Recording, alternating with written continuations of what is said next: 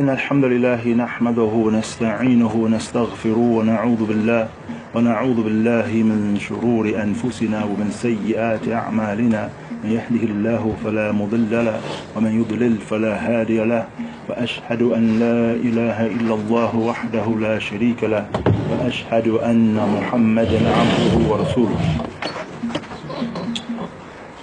It has been narrated by Auf ibn Malik رضي الله عنه, he said, أتيت النبي صلى الله عليه وسلم في غزوة التبوك وهو في قبة من أدم فقال عدد ستة بين يدي الساعة.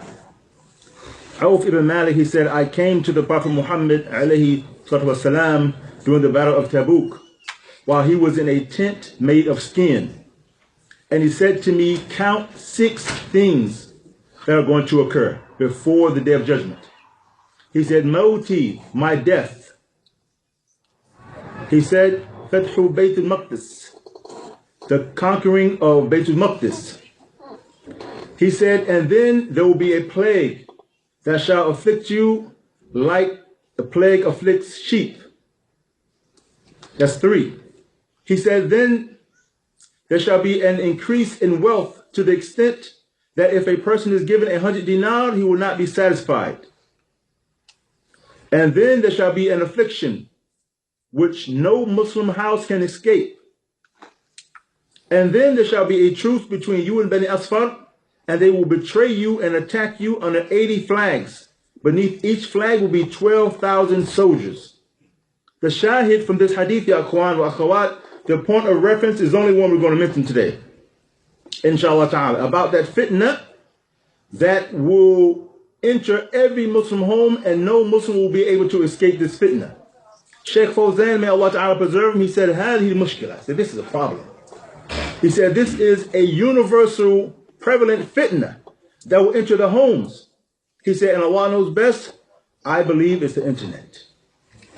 He said, I believe it's the internet. He said, who knows where this evil is transmitted to? He said, it enters upon the people. He said, you don't even have to go out and get the fitna anymore. He said, you're lying on your bed, and this idol which is next to you, and you don't have to put forth any effort, is going to bring all the evil and destruction right to you. He said, this is a fitna. The brothers and sisters who may have been born in the 70s or before, you remember a time before there was internet, right? Then when they made the internet, it was a desktop. So you had to go to the library to get on the internet. You're in front of people, you have a little more dignity about yourself. Then they brought it into the homes. And then still it was maybe a laptop or a tablet. Now it's on the cell phone. So now the person can go hide in the closet, in the bathroom, and there's no barrier between you and evil except your taqwa. The Mufti of Saudi Arabia, he mentions some of the fitna of the internet. He says this internet, he says this has entered the homes, whether you like it or not. It's going to enter every home. And it's going to have an effect upon the individual and the community. He said it's a worldwide universe to test your iman. It's a worldwide universe to test your manners, to test your heart. He says that the doors of goodness are open, but the evil is more abundant.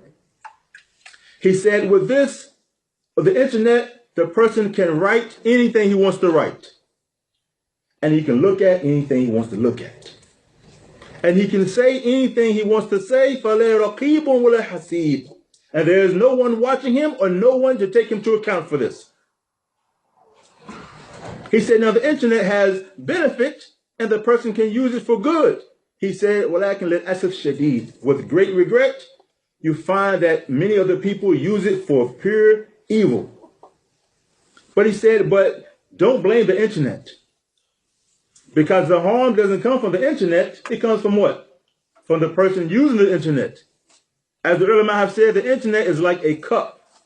You can choose to put milk in it, or you can put poison in it. You can put water in the cup, or you can put khamr, you can put alcohol in the cup. The internet is nothing but a cup, and you're going to use it as you want to use it. The Mufti, he said, maybe the person will use the internet and he'll find himself in a calamity that he can't get out of. He said, and Allah Ta'ala has warned us from the trap of shaitan. He said, Inna shaitan lakum adu, fatakhuduhu aduwan. Verily shaitan is to you an enemy, so take him as an enemy. He said, so shaitan, he lies in wait to make you go astray. The Mufti, he said, so when you go on the internet, he said, you should only open that internet browser if you have a specific purpose. He said, don't free surf. Don't go on the internet just to surf. You're bored. He said, you should only go on the internet if you have a specific purpose. He said, don't waste your time on a lot of the nonsense that's on the internet. Rather go up there with a reason. Now we're going to mention some of the evil on the internet. One of the main evils on the internet, Yaquan, that we find people, they go astray. They corrupt their aqidah.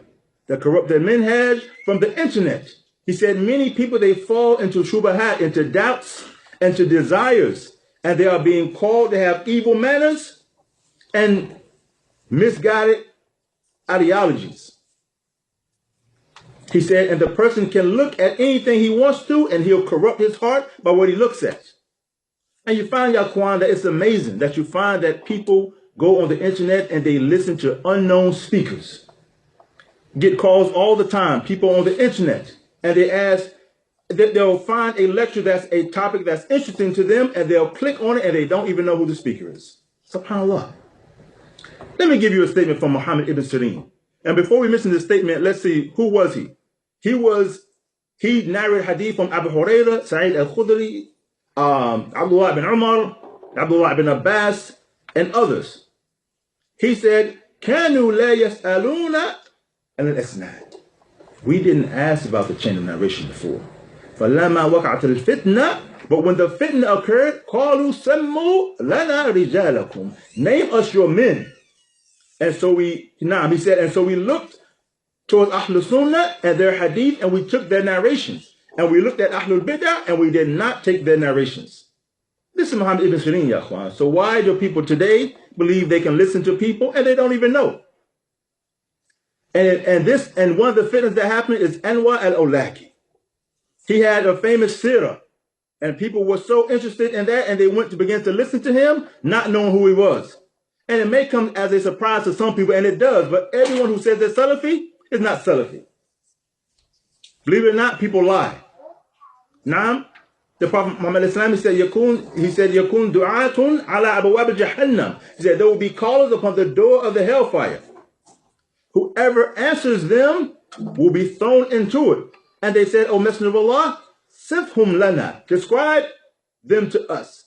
He said, they are people from our own skin and they speak our own language. Now, so you found internet, Yaquan, the nobody becomes somebody out of nowhere. A person puts on a shamak or a turban, he gets on the internet and gets a million followers, and people begin to listen to this person. And the sad thing about it, Yaquan, is that you don't have to do that. You know, there's one website by itself that has 5,446 lectures from Sheikh Uthaymeen. The same site has 2,715 from Sheikh Abdul Muhsin al-Abbad, 1,200 from Sheikh Albani, 1,300 from Sheikh bin Baz. Why you have to listen to people that you don't know? We have our brothers from Spubs, our brother from Germantown. They have a lot of lectures out. Why waste your time listening to someone that you don't know? The brothers from MPubs, they do a lecture with the ulama at least once a week. Translated. Why people listen to people who they don't know? Some of the people, they use the hadith of Abu Hurairah to listen to people they don't know, or to listen to innovators. What's the hadith I'm speaking about, Yaquan? Which hadith did the people use of Abu Hurairah to justify listening to anybody? When he was guarding the sadaqah, and the shaitan came to him, and he said what? He told him if you want to be protected from shaitan, recite what?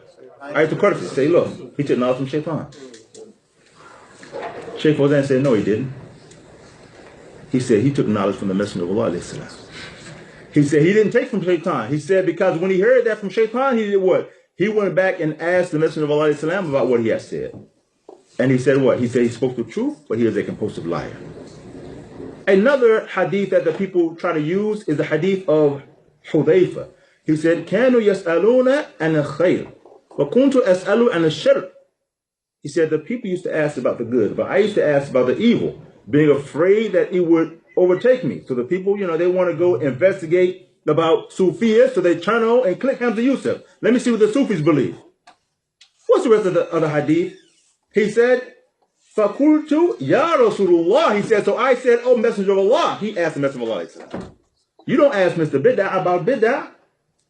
You don't ask the Sufi about Sufi. You don't click on the Rafida to know what the Rafida believe. You learn about the evil from the Salafi. You don't learn about the evil from evil people. You learn about it from the Salafi. From the evil, Ya'Quan, that happens on the internet is intermingling. The Mufti, he said, from the greatest evil and dangers of this open World Wide Web that's open to the entire world is that the people begin to speak with the opposite sex on the internet. And they do what they call chatting. He said, so a young man will reach out to a young girl and maybe they'll send pictures to each other. And maybe they'll send a video to each other. And then they'll begin to make promises. He said, and then the heart gets filled up with sicknesses and desires. And he mentioned the verse, فَلَا تَخْضَعْنَا بِالْقَوْلِ, and do not speak to them with a soft word. For those that have a sickness in their heart will be affected. The Mufti, he says, so they speak to each other, and bit by bit, the people begin to be affected. Wallahi, ya Ikhwan, I've seen this happen before. A person who was born Muslim their whole life began to speak with the opposite sex, somebody who was from like the black Hebrew Israelites. And then the person, after speaking to this person, because they were attracted to one another, they called me up and they said, is there really a day of judgment? So I said, SubhanAllah. You've been Muslim your whole life, and talking to a black nationalist now it begins to shake your foundation. It begins with the lust of the heart. The Mufti, he said, and from the evil of this is that you have some, and the woman, please listen to this woman. You have some evil individuals online. He said, so you'll find that the men will begin to talk to the woman and they'll exchange pictures. And then when he gets her picture, he is going to threaten her. And the pictures all the time is not going to be in hijab. Sometimes she's going to be in a compromising position, uncovered. He says so he'll get her picture, and this is the Mufti talking upon. He said he'll get her picture and then he'll threaten, if you don't meet up with me and do what I want you to do, I'm going to send this picture to your family.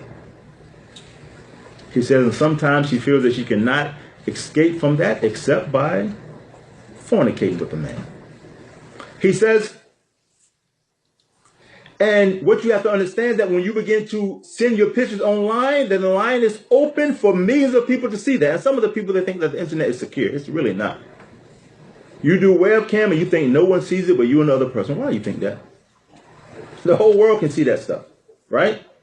Now, and then he mentioned the hadith, verily from the first speech from prophethood, if you feel no shyness, then do whatever you want to do. He said, so the people begin to lose their shyness. He said, well, Allah Ta'ala has commanded us to lower our gaze and protect our private parts. And he said to lower the gaze first, because that is the door to the heart that leads to the private parts. Sheikh Ubaid, he says, and some of the people, they begin to chat under the umbrella of, what do you think? Excuse for it. Give dawah. Dawah. He said, and so I want to advise my brothers. He said, because many times you find this happen in Islamic groups when people online listen to a lecture together and they're men and women, and the men and women will begin to talk to one another. He said, and they'll begin to text one another. He said, and they do it under the umbrella of giving dawah. He says, and it's not permissible for a man and woman to be alone together. He said, and them chatting on the phone together is more dangerous than them being alone in a car together. He said, because if you're alone in a car, maybe somebody will walk by and you'll get shy. He says, but when it's just you and her on that internet or that phone, there's no one watching you except for Allah Azza wa Jalla and the noble angels. He said, and many of the women have complained about their husbands speaking to women online and on the phone. He said, many, Sheikh Obey. He said, many of the women complain about their husbands speaking to women online and on the phone, speaking to strange women. He said, why don't you busy yourself with knowledge? He said, this is a path of fitna and the path of shaitan to enter in. He said, and some of the people, they use it under the pretense of, I'm trying to get to know her, to marry her. It's not permissible.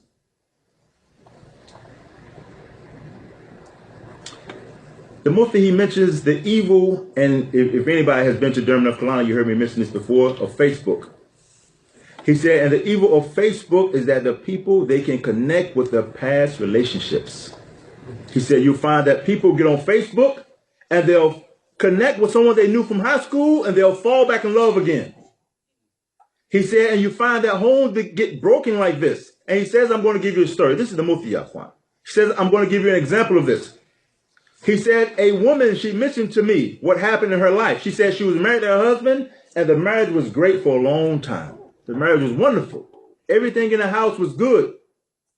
She said, and then one of her friends told her, why don't you get on Facebook? Why don't you get a Facebook account? Said she got a Facebook account. And then when she was on Facebook, you know, you have your friends and they have friends, and she ended up becoming friends with a man on Facebook. So the man began to make her promises and tell her, you know, you should leave your current husband. Come be with me. And he began to make her, the Mufti says, sweet promises. He says, so she began to fall for this man, and she left her husband. And she met up with this man, and they were intimate. And then after that, she began to call the man. Think he picked up? Says she kept on calling the man, and the man wouldn't answer the phone then. And we tell the women all the time, if you're dignified and you make that man give you what you deserve, Allah Ta'ala has made the man pay all the bills. He's paying your rent. He's paying your bills. He's taking care of you. You don't have to work. You got it made. If you keep that dignity, but when you lower your standards, you're going to get what you were asking for. He said, so when the man finally picked up the phone, said, where you been? He said, oh, I don't trust women like you. He said, a woman who cheat one time, she'll cheat again. I'm going to go find me a good woman. That's what he said. I know some good women out here. That was it. Lost her marriage, lost her dignity, lost a man. 2 men. He said, from the evil of the internet is people expose their sins. And the Prophet Muhammad said, كُلُّ أُمَّتِي مُعَافٍ إِلَّا الْمُجَاهِرِينَ. He said, all of my ummah shall be forgiven except those people who are the mujahireen, those people who expose themselves. And he said, and verily from those who expose themselves is the person who commits a sin at night. And when the morning arrives and Allah Ta'ala has hid that sin at night, he goes to the people and said, last night I did such and such. Now, Quan, listen to this, right? Look at Allah Ta'ala's mercy, right? Allah Ta'ala created us and gave us every faculty that we have. He gave us eyes, he gave us hearing, he gave us our limbs, right? This is true, right?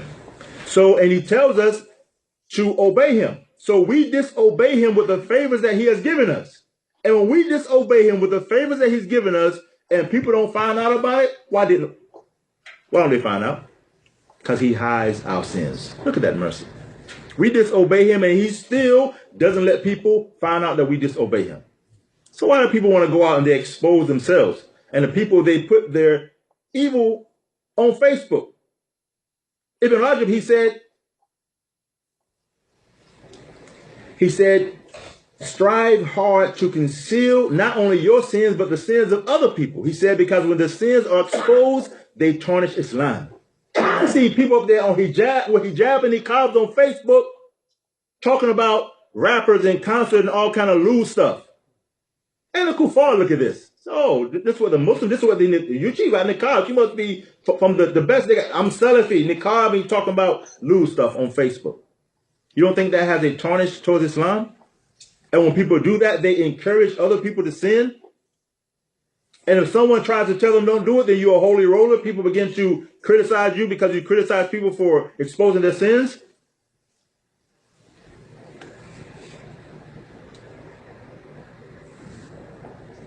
Another issue, Ya Ikhwan, is they asked Sheikh Abdul Bukhari, may Allah Ta'ala preserve him, how should the Salafi use social media?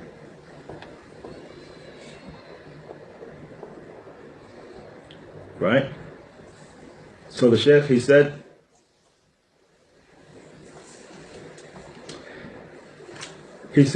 it's from Allah Ta'ala's favors that He has given us the day and the night. He said, وَلَكِنْ أَكْثَرَ النَّاسِ لَا يَشْكُرُونَ. But most of the people are not grateful for this.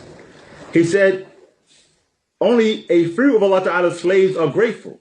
He said, we ask Allah Ta'ala for safety and security. He said, this social media, he said, people use these things day and night. He said, it's amazing. A person can cough in Saudi Arabia and they can be heard in China. He said, this is amazing. He says, but people use it, he said, this is a favor, but people use it for evil. He said, the people of falsehood, they are busy trying to spread their falsehood on social media. And the people of deviance and bid'ah and shirk and kufr, they're trying to spread this falsehood on social media. He said, so the person on social media has to be deliberate and patient. Don't be quick to write. He said, so you find the person, listen to what he said. He said, the person will be on social media day and night trying to send benefits to other people. When are you going to benefit yourself? If you're doing all this sending out benefits to other people, are you actually going to take some time and benefit yourself? He said, when are you going to take time to seek knowledge? When are you going to take time to do the obligation that Allah Ta'ala has placed upon you? He said, are you going to spend all night on social media? And social media, Kwan, everyone asks themselves this question. Is it bringing you closer to Allah Ta'ala or getting you farther away from Him? Just some of the ulama has mentioned that Twitter, for example, Twitter has become a barrier between people and Allah Azza wa Jal. An example, the hadith of Anas ibn Malik, that the Prophet Muhammad Islam, he said, Inna du'a la yuraddu bayna al-adhan wal-iqama. Fad'u. He said that the adhan between, he said that the dua between the adhan and the iqama is not rejected. So therefore, supplicate to Allah Ta'ala. When the mu'adhin calls the adhan, what do people do? I got about 10 minutes. Let me see what's on Twitter. Let me check my phone. No salawat, no dua, nothing. Checking your phone. You got some time to waste and people begin to check their phone. Back in the day before this came out, the adhan and iqama, people use that time to make dua, make turakah. Read some ayahs from the Quran. How many ayahs can you read between the adhan and the iqama? You can get some nice reading done that time. But people are busy on their phone, seeing what's on Twitter. The Shaykh, he said, this thing called WhatsApp. Shaykh, he goes hard. He said, I don't have, this Shaykh of the he said, I'm going to tell you what I heard because I don't have WhatsApp.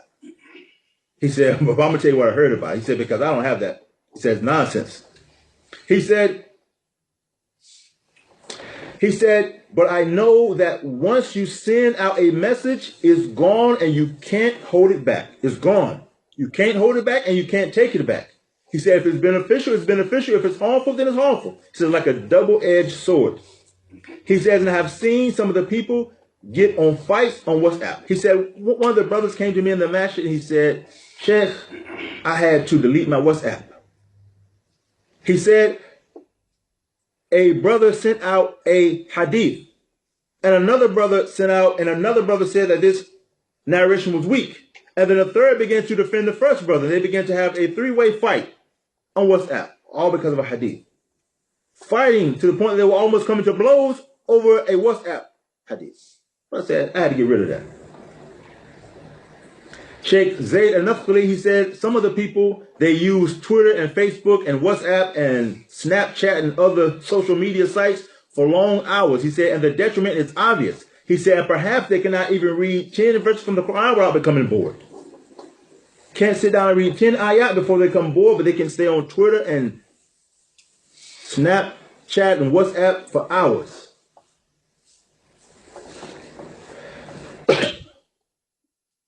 Sheikh Abdul Bukhari, he mentions about the cell phone. He says many of the people, they are addicted to the cell phone. He said it's become an addiction. He said, and what does it mean? He said it means that the cell phone, it runs in their blood. He said, and then most of the time you find them on Twitter. He said it's become an addiction, so they're not, he said to the point that a person will not even think about it. It's like unconscious, and he'll reach in his pocket and pull his phone out and start filling through his phone. He said he doesn't even think about it. He said he does it in the house, on the street, in the mattress. He said people do it in the bathroom. He says some people even sleep with the phone and get up in the middle of the night and see what they said on Twitter. He said, and he said, why are you on your phone so much? Are you solving the problems in Palestine? Are you solving the Muslims' issues around the world? What are you doing that's so important that you have to be on your phone all the time? He said, you know what they're doing? He said they're checking out foolish nonsense. What did he say? What did he write? What did he send? What did he do? He said they just want to know what everyone said. He said, and now if you know what people said, what are you going to do about it? What's the benefit? Now you know what this person said. Now what?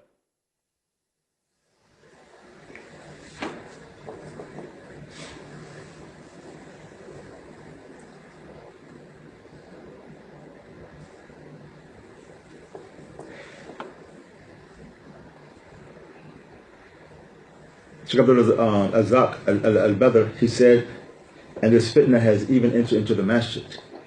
He said, you'll find that the people are making salat, and right when they make taslim, they do what? Start making dhikr? He said, no. He said, they go right to the phone. He said, you can see that thumb, before you can see that thumb, making dhikr, then you see that thumb going up and down on the phone. He said, this is proof that while they were praying, their mind was in the salat, their mind was on the phone. If you go right to your phone after taslim, your mind was on that phone in salat. He said, people can't even make dhikr anymore.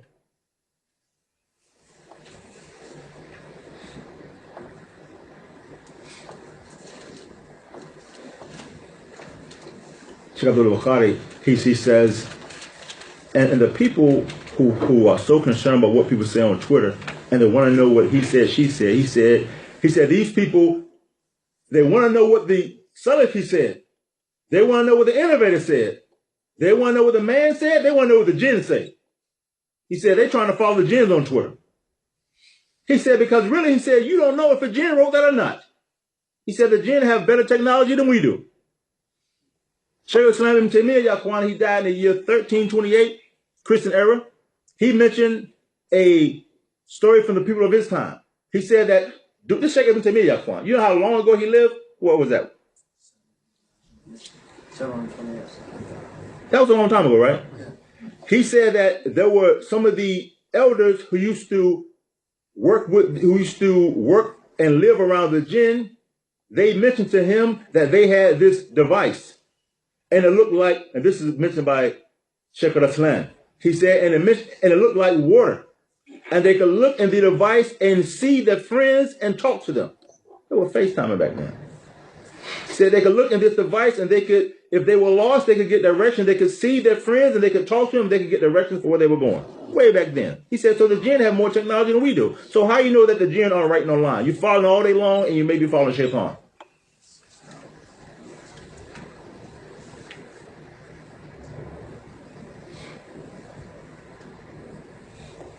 He said, Sheikh al-Bukhari, he said, did we even live without the phone? He said, did we live before the cell phone came out? He said, yeah. He said, we were alive and life was good. He said, but now people have these phones and they take it to the extent, he said, that they call the phones smartphones. He said, how is that a smartphone? He said, it's not possible. He said, you can't even call an animal smart. He said, if you take this smartphone and throw it on the street, is it going to say, why'd you throw me on the street? He said, it's not smart then. He said, but people use these words to deceive the people, to keep the people busy with these devices. It's not a smartphone. He said, you can't call an inanimate object smart. And there are many other harms, Yaquan, from the internet. And one of the last thing that we'll mention, Yaquan, and we'll keep this very brief, inshallah ta'ala, is that I advise myself and you to be careful about what we do on the internet. You know, they have apps that are free that you can go and you can, anything that you did on the internet and you deleted it, the app can bring it all back up, right? A free app. You can just download it about 10 minutes, 5 minutes, and it can bring up anything that you had on your computer that you deleted it. The app can bring it right back up. We're not talking about the FBI, I'm talking about a free app. So now, we could look at this from the angle, okay, well, maybe your wife can find out that you were doing something, you know, you shouldn't have been doing. Maybe you get embarrassed. Well, no, we're not even speaking about that. If a free app can do all of that, what do you think is inside of our book of deeds? You think because you erase your internet history, that erases it from your book of deeds? It doesn't work like that. Right? So we have to think about that, Juan. Just erasing or trying to delete a tweet doesn't take it out of your book of deeds. The only thing that can remove the sin of that is the tawbah. Nah. And we won't get into that, but some of the ulama, they mentioned that even if you make tawbah, it still remains inside your book. And Allah Ta'ala is going to ask you about it anyway. But we'll get into that another day, inshallah ta'ala. As it's late, فَبَارَكَ اللَّهُ فِيكُمْ وَسُبْحَانَكَ اللَّهُمَّ وَبِحَمْدِكَ أَشْهَدُ أَن لَا إِلَهَ إِلَّا أَنتَ أَسْتَغْفِرُكَ وَأَتُوبُ إِلَيْكَ.